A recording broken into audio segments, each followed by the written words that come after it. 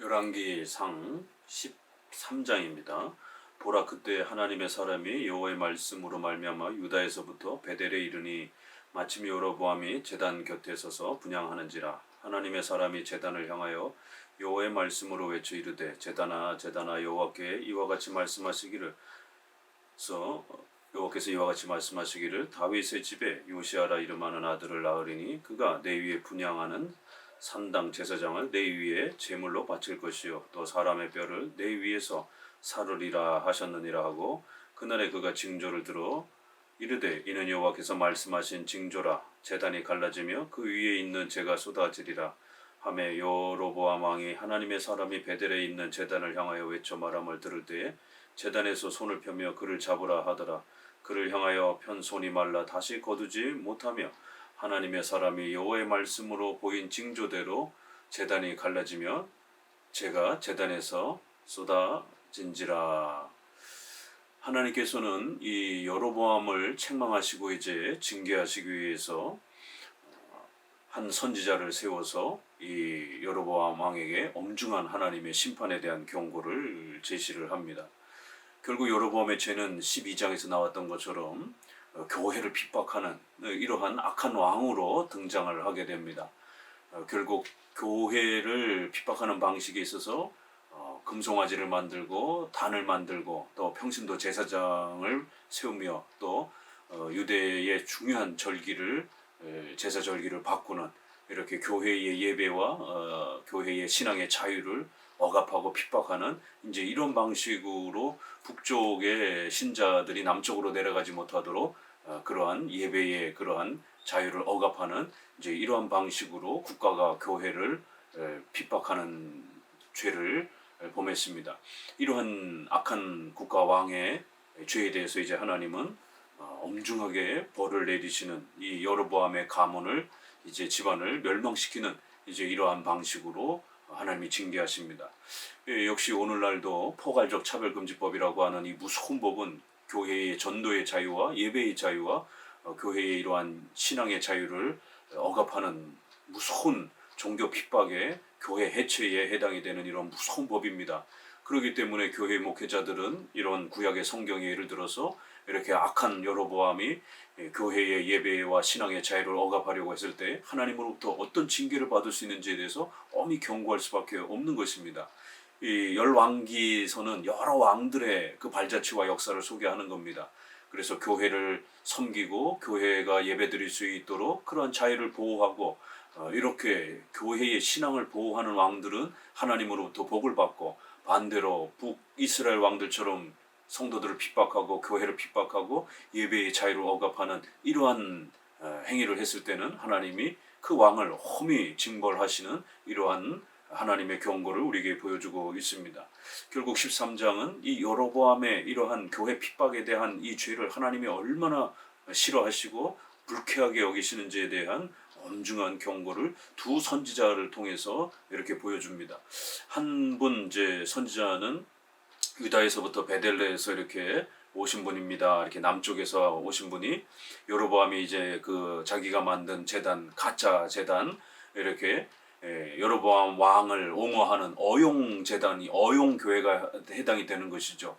왕의 죄를 지적하고 책망하는 게 아니라 왕에게 아부하고 아첨하면서 결국 교회를 타락시키게 만드는 이러한 가짜 교회와 가짜 목사들이 결국 여로보암을 옹호하면서 이제 새로운 제단에서 예배를 드리려고 할 때에 남쪽에서 올라온 참된 선지자가 그를 꾸짖는 것입니다. 그리고는 그 여로보암이 만들었던 모든 제단과 이 예배의 질서들은 결국 향후 요시아라라고 하는 이러한 왕을 통해서 전부 다 파괴되어질 것이다 라고 이렇게 경고합니다. 300년 뒤에 실제로 이제 남유다의 왕 중에 한 분인 요시아가 결국 북쪽까지 쳐들어 올라와서 이 제단을 전부 다 헐면서 하나님의 예언이 성취가 됩니다. 결국 이제 제단이 갈라지고 재가 쏟아지면서 하나님의 이러한 무서운 징계를 받고 재가 쏟아진다라고 하는 것은 이건 아주 부정한 제단에서의 이 재는 잘 관리가 돼야 되는데 재가 이렇게 쏟아지게 되면 더러워지는 이런 것이기 때문에 부정한 것으로 이 재를 항상 성경은 이야기합니다.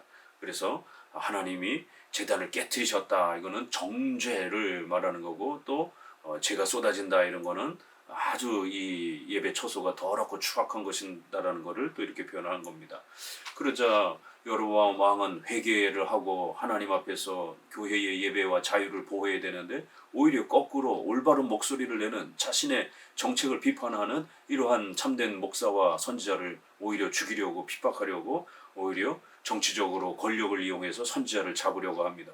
그러자 하나님께서는 더 무섭게 징계하셔서 결국 선지자를 잡으려고 하는 그 손을 갑자기 마비가 오게 하면서 손이 말랐더라 이러면서 손을 못 쓰게 만드는 이런 무서운 징계와 책망을 여로보암이 받게 된 것입니다. 그러자 이제 여로보암은 이제 그제서야 정신을 차리면서 살려달라라고 선지자에게 요청을 합니다. 그리하여 여호와께 은혜를 구하여 내 손이 다시 성하게 기도하라. 하나님의 사람이 여호와께 은혜를 구하니 왕의 손이 다시 성하여 전과 같이 되니라. 이러면서 하나님께 살려달라고 요청하니까 선지자는 그 요청에 대해서 이제 하나님께 기도를 합니다. 그러니까 이제 전과 같이 손이 회복이 되었더라. 이렇게 이러한 경고들을 통해서 여로보암에게 하나님은 여러 번의 회개의 기회를 주신 것입니다. 그럼에도 불구하고 이후에도 계속해서 더 강팍해지고 더 교회를 핍박하는 어리석은 모습을 보이는 것입니다. 그래서 8절에서는 이제 왕이 자기의 병을 고쳐준 이 선지자에게 왕의 집 절반이라도 이렇게 많은 재산을 주겠다라고 이렇게 하니까 이 선지자가 집 절반이라도 준다 할지라도 절대로 왕과 함께 가서 식사하지 않겠다라고 이렇게 거절을 합니다. 왜냐하면 하나님께서 이 여로보암의 이 재단과 여로보암의 이러한 그 국가 정책에 대해서 얼마나 불쾌하게 여기시는지를 이제 선지자에게 그 여로보암에게 가서 하나님의 징계만 선언하고 거기서 물도 먹지 말고 밥도 먹지 말고 간 길로 그대로 되돌아오지도 말고 신속히 다른 곳으로 피해가라는 것입니다.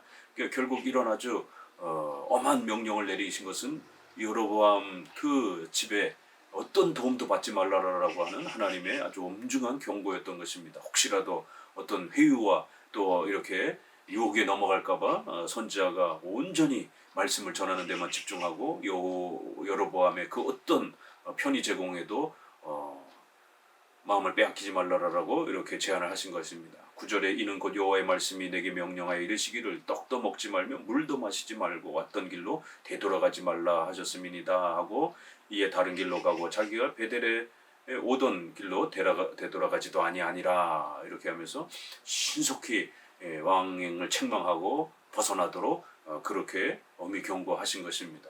여로보암 왕은 돈이면 다 되는 줄 알고 그렇게 또 협박이면 다 되는 줄 알고 그러면 교회가 자기 말을 고분고분 들을 줄 알고 그렇게 이 악한 왕은 착각을 한 것입니다. 오늘날도 악한 정부들은 악한 위정자들은 그런 착각들을 많이 합니다.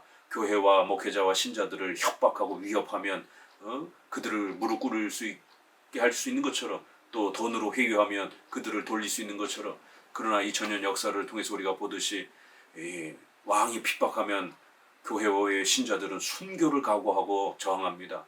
또 돈으로 아무리 회유를 한다 할지라도 우리는 그러한 돈에 이렇게 휩쓸리는 신자들이 아니라 하늘의 상급을 바라보는 사람들이기 때문에 이 땅의 어떤 그러한 협박이나 돈으로 이렇게 좌우될 수 있는 그러한 교회가 아닌 것입니다.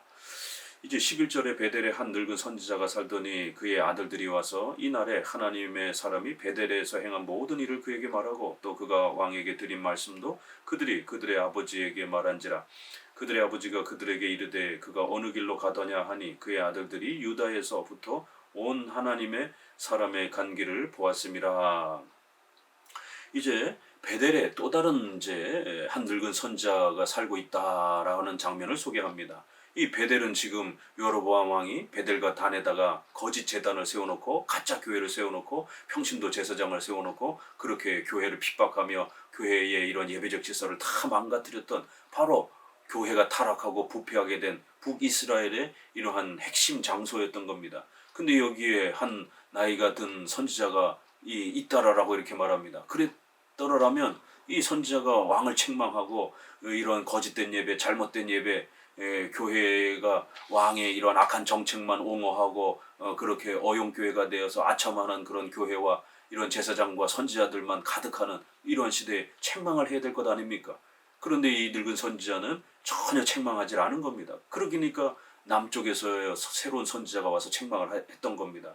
그러니까 결국 이 베델의 이 선지자는 여로보암의 이 죄악들을 옹호하고 여로보암이 교회를 핍박하고 교회의 예배적 질서를 망가뜨릴 때 같이 동조하고 그러므로 인해서 자신의 명예와 부귀 영화를 누리면서 그렇게 살아왔던 그러한 거짓된 선지자였던 것입니다. 이러한 거짓 선지자와 이제 참된 선지자의 만남을 이제 소개하면서 독특한 장면이 나옵니다. 그 아들들이 이제 베델에서 일어난 일들을 쭉 소개하니까 옳거니하고 이 거짓 선지자가 이 남쪽에서 온 유다 선지자를 만나려고 아주 온갖 노력을 합니다. 왜 그러냐 하면 자기는 참된 명분이 없거든요.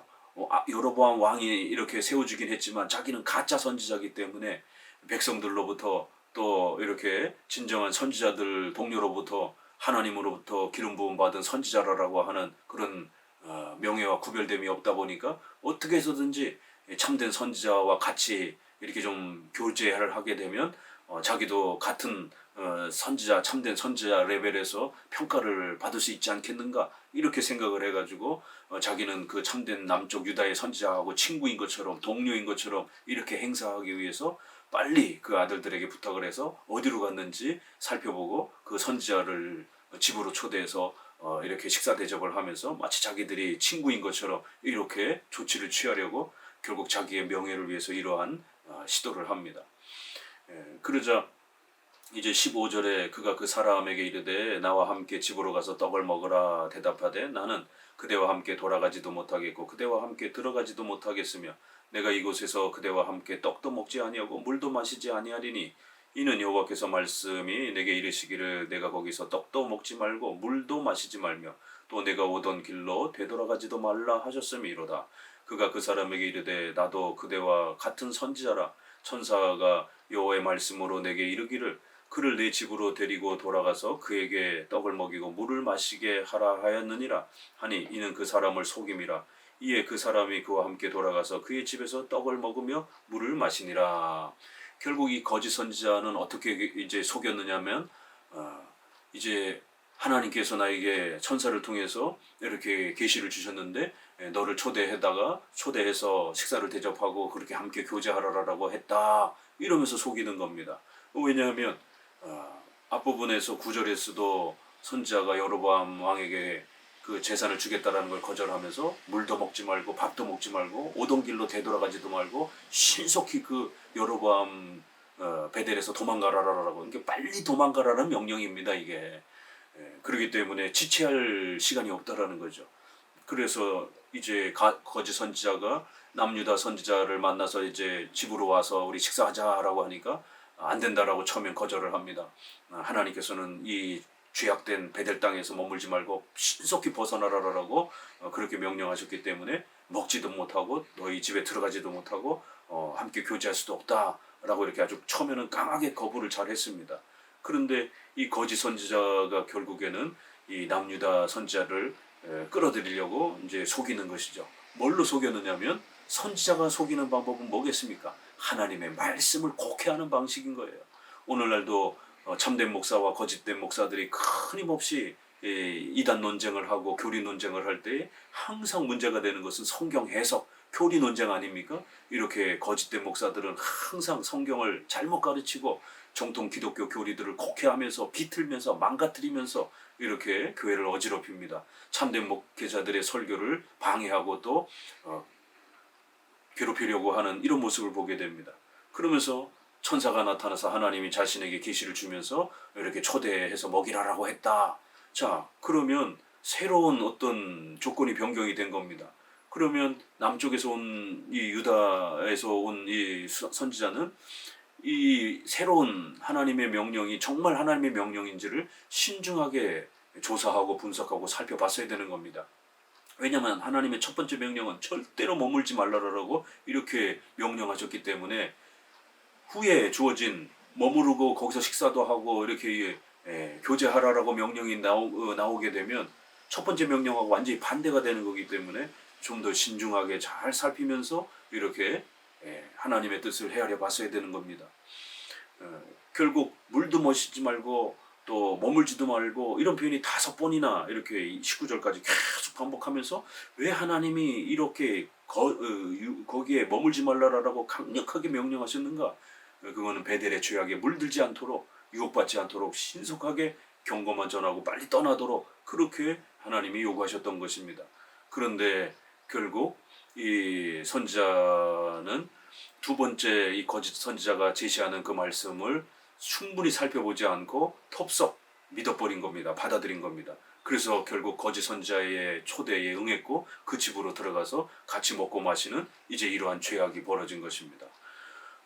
오늘날도 하나님의 말씀을 전하는 목회자들이 2000년 동안 우리가 고백하고 지켜온 사도 신조와 또 장로교회 웨스트민스터 신앙고백과 같은 이런 7대 교리의 핵심 기독교 정통 교리들이 있습니다. 오직 성경, 삼일체 하나님, 이성 일인격의 예수님, 또 오직 믿음으로 구원받는 것, 이신칭이 이러한 몇 가지 기독교의 핵심 교리들이 있습니다. 이런 교리들은 2000년 동안 참된 진리로 지켜져 왔기 때문에 이제 더 이상 바뀔 수도 없는 겁니다. 그런데 갑자기 어느 날 내가 성경을 연구하면서 더 깊이 깨달았다라고 이러면서 목회자들이, 신학자들이 성경의 무호성을 부정하고 삼일체를 이상하게 비틀고 이성 일인격을 이상하게 망가뜨리면서 또 오직 믿음으로의 구원을 망가뜨리면서 최근에 톰 나이트, 샌더슨, 김세윤 박사같이 그렇게 전통적인 오직 믿음으로 구원받는다라고 하는 이런 법정적, 단회적 이런 구원에 대한 이런 부분은 이건 잘못된 것이다. 로마서의 죄와 구원의 관점을 우리가 새로운 관점으로 읽어내야 된다. 결국 믿음, 은혜도 중요하긴 하지만 덧붙여서 반드시 인간의 행위와 또 도덕적인 이러한 선행을 통해서 우리의 또 이러한 삶이 잘 또 유지가 되어야 한 그런 열매가 있어야만이 구원이 완성이 되어져 가는 것처럼 구원은 이렇게 단회적으로 법정적으로 이렇게 확정적으로 이루어지는 게 아니라 칭의가 점점 세월을 두고 우리의 행위와 도덕적인 이러한 열심을 통해서 완성되어져 가는 것처럼 이거는 결국 신인협력주의, 로마 가톨릭이 가르쳤던 행위주의, 공로주의적인 구원인 겁니다. 이렇게 오늘날도 거짓된 목회자들이, 혼합주의적 목회자들이 2000년 동안 지켜온 소중한 기독교 교리를 곡해하고 변형하고 망가뜨리고 이런 식으로 도전을 합니다. 그럴 때에 정통 기독교 목회자들이 자신이 없어가지고 이거 내가 잘못 가르쳤나? 이거 정통 기독교 교리는 너무 딱딱한가? 너무 스콜라적인가? 그래서 사람들이 잘 안 따라오나? 남들은 막 울고 막 쓰러지고 막 예언을 하고 뭐 방언도 하고 온갖 이러한 그 신비 체험도 하고 그러는데 나는 그런 뜨거운 이러한 체험을 말해주지 않고 성경만, 기독교 교리만 열심히 가르쳐 와서 이렇게 교회가 부흥이 잘 안 되나? 이런 이제 유혹을 받는 겁니다. 그러면서 자꾸 정통 기독교의 2000년 동안 지켜온 교리들을 포기하려고 하는, 그래서 뜨거운 감정 체험, 은사주의를 자꾸 섞으려고 하는 이러한 안타까운 모습들을 보이게 됩니다. 그렇게 하면 안 되는 겁니다. 기독교의 교리란 어느 날 완성된 게 아니라 2000년 동안 이 참된 교리, 정통 기독교의 가르침은 이렇게 유지되어 온 겁니다. 그러면 새롭게 등장하는 이러한 가르침들을 이 정통 사도신조의 이 교리에 맞춰봐서 해석해봐서 이게 이상하면 우리가 이단으로 정죄하고 배격해야 되는 겁니다. 그들의 것을 괜찮네 하고 섞어가지고 새로운 거를 만드는 이런 기독교가 되어서는 안 되는 겁니다. 결국 이 남유다의 참된 선지자는 새로운 계시를 받았다라고 하는 이 거짓 선지자의 말을 그냥 따져보지도 않고 살펴보지도 않고 그냥 덥석 받아들여서 결국 첫 번째 왕의 요청 때는 잘 거절했지만 두 번째 성경 해석 논쟁과 또 교리 논쟁 속에 들어갔을 때는 자신이 먼저 받은 소중한 핵심 교리들을 잘 지켜내지 못하고 거짓된 교리를 분별하지 못해서 수용을 해버리는 이런 죄를 범한 겁니다. 그래서 이제 집에 데려와서 이제 식사를 하는데 갑자기 놀라운 일이 벌어진 겁니다. 21절에 그가 유다에서부터 온 하나님의 사람을 향하여 외쳐 이르되 여호와의 말씀에 내가 여호와의 말씀을 어기며 내 하나님 여호와께서 내게 내리신 명령을 지키지 아니하고 돌아와서 여호와가 너더러 떡도 먹지 말고 물도 마시지 말라 하신 곳에서 떡을 먹고 물을 마셨으니 내 시체가 내 조상들의 묘실에 들어가지 못하리라 하셨느니라 하니라. 그리고 자기가 데리고 온 선지자가 떡을 먹고 물을 마신 후에 그를 위하여 나귀의 안장을 지우니라. 이에 그 사람이 가더니 사자가 길에서 그를 만나 물어 죽이매 그의 시체가 길에 버림받아 나귀는 그 길 곁에 서 있고 사자도 그 시체 곁에 서 있더라. 갑자기 식사를 하는데 20절에 있는 말씀처럼 이 거짓 선지자에게 하나님의 계시가 임하는 겁니다. 이제 구약에는 이렇게 참된 선지자에게도 계시가 임하지만 때때로는 하나님께서 악한 자를 들어 사용하기도 합니다. 그래서 이렇게 이 거짓 선지자에게 계시가 임하면서 참된 선지자를 책망하는 그러한 도구로 임시적으로 잠깐 사용한 것이죠. 갑자기 예언을 하면서 물을 먹지도 말고 마시지도 말고 베델에 거주하지도 말고 머물지도 말고 신속히 떠나라라고 하나님이 명령했는데 너는 왜 그 명령을 어겼느냐 이러면서 거짓 선지자가 오히려 예언을 하면서 책망을 하는 겁니다. 이렇게 여섯 번째, 그래야 결국 23절에 떡을 먹고 물을 마신 후에 일곱 번째, 이렇게 7번이나 떡도 마시지 말고 물도 마시지 말라라는 이 단어가 13장에 계속 반복이 되면서 하나님의 명령을 어긴 이 남쪽에서 온 유다 선지자의 실수를 거듭 이렇게 책망을 하는 겁니다. 앞부분에서 여로보암을 책망할 때는 순종하면서 잘했지만 결국 뒷부분에서 실수를 하게 되는, 하나님은 여로보암을 책망하기 위해서 선지자를 보내서 이러한 귀한 경고를 하셨는데 결국 그 여로보암의 죄악과 또 그 속에 있는 이런 거짓 선지자와 가짜 이런 신자들이 얼마나 부패하고 구약의 베델이 얼마나 타락해 있는지를 강조하는 겁니다. 왕도 타락해 있고 선지자도 타락해 있고 성도들도 타락해 있는 거예요. 그래서 남쪽에서 온 이 참된 선지자조차도 이 마음이 의지가 굳고 변심이 없어야 되는데 북쪽이 얼마나 타락했는지 이 참된 선지자가 잠깐 갔다가 오히려 유혹이 돼가지고 선지자도 신앙이 타락하고 하나님의 명령을 어기게 되는 그 북쪽의 그 타락에 같이 휩쓸리게 되는, 결국 이 13장 전반적 이 내용은 북쪽의 이 베델의 타락과 부패가 얼마나 심각한 것인지, 남쪽 신자조차도 이렇게 영향을, 참된 선지자조차도 불신앙으로 빠져들면서 영향을 받을 정도로 이렇게 심각하다라는 걸 거듭 강조하는 것이죠. 그래야 이제 안장을 지우고 떠나보냈는데 하나님의 이 경고대로 결국 길에서 사자를 만나가지고 나귀는 살려놓고 사람만 죽인 것입니다.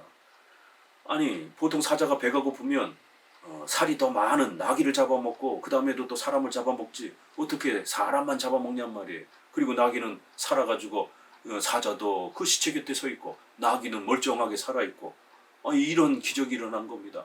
그렇기 때문에 이것은 우연한 그런 사고가 아니라 하나님께서 예언하신 대로 사자에게 물려 죽을 것이다라고 선지자를 책망한 것처럼 이렇게 우연이 아니라 결국 사자를 사용하셔서 이 남쪽에서 온 유다의 선지자의 이러한 실수와 죄에 대해서 하나님이 아주 엄중하게 꾸짖고 책망하는 징계를 내리신 것입니다.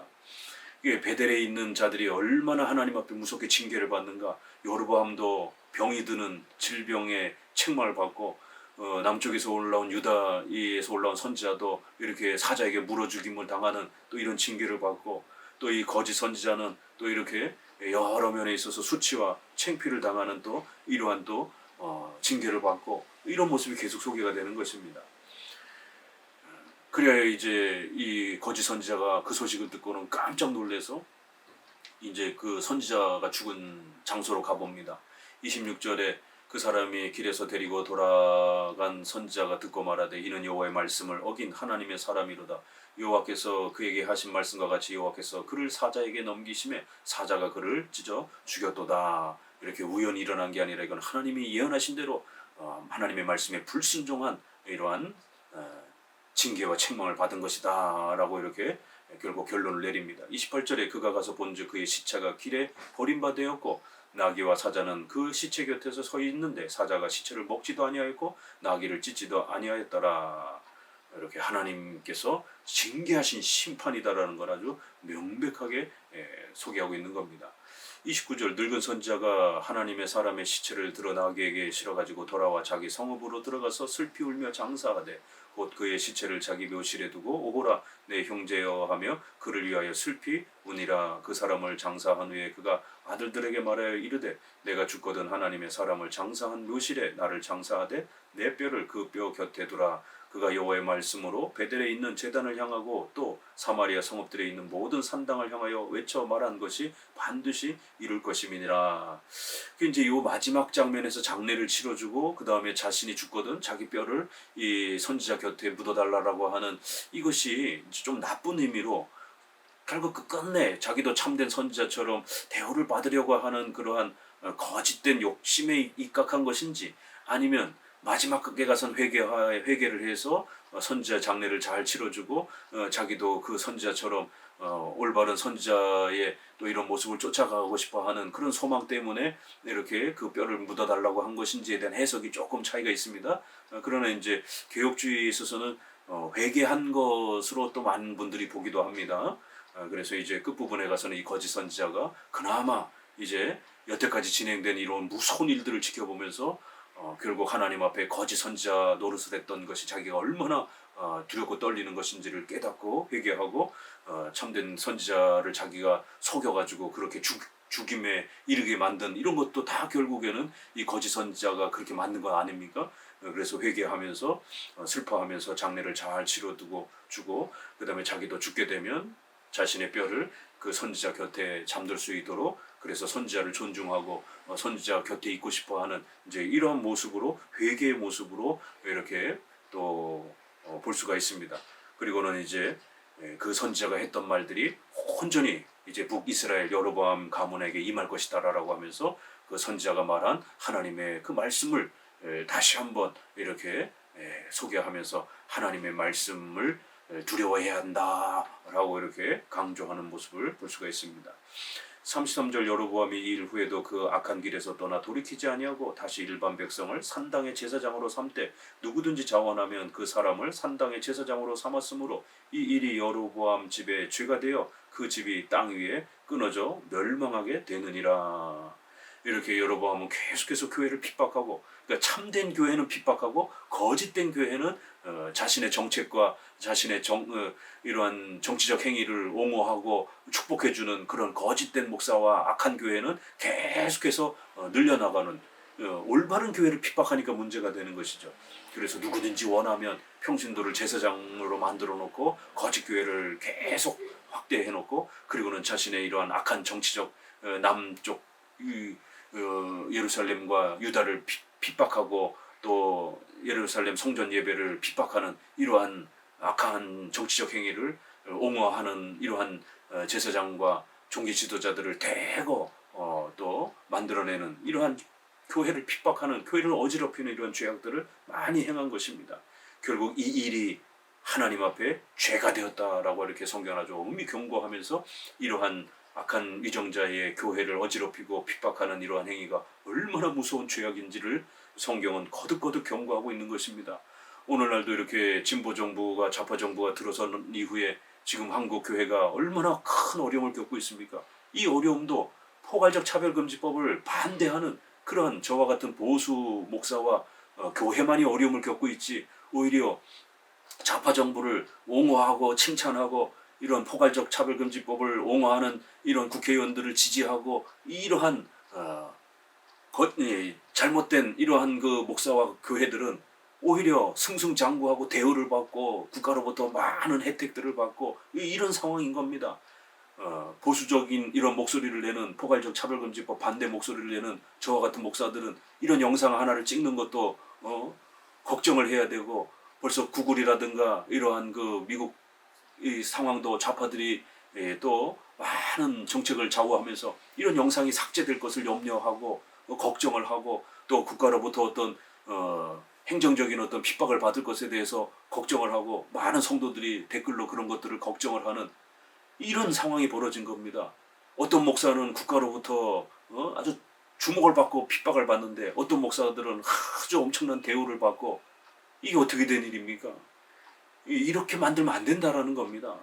결국 누구든지 자원하면 국가의 악한 정책을 옹호하는 이러한 거짓된 목사들은 칭찬을 받고 대우를 받고 왕의 이러한 잘못을 책망하고 꾸짖고 하나님의 징계를 이야기하는 이런 보수적 목사들은 교회의 안위를 걱정을 해야 되는 이러한 위기의 사태가 지금 한국교회도 지금 펼쳐지고 있는 것입니다. 왕이 하나님의 말씀을 들을 수 있도록 이런 보수적 목사들의 왕이 옳은 길을 갈 수 있도록 바르게 책망하는, 하나님이 어떻게 해야 축복해주고 하나님 앞에서 어떻게 해야 벌을 받는지에 대해서 바르게 가르쳐주는 목회자의 말씀에 귀를 기울여야 정부가 오래도록 또 안정적으로 통치할 수 있는 겁니다. 이런 보수적 목소리가 듣기 싫다라고 핍박하고 억누르고 그렇게 교회를 막게 되면 정부가 하나님의 징계와 책망을 받을 수 있는 것입니다. 이렇게 북왕국의 여로보암 왕과 교회의 이러한 관계를 북이스라엘 역사를 통해서 하나님은 오늘날도 국가와 교회의 이런 또 관계를 또 우리에게 아주 깊이 있게 경고하고 계신 것입니다. 감사합니다.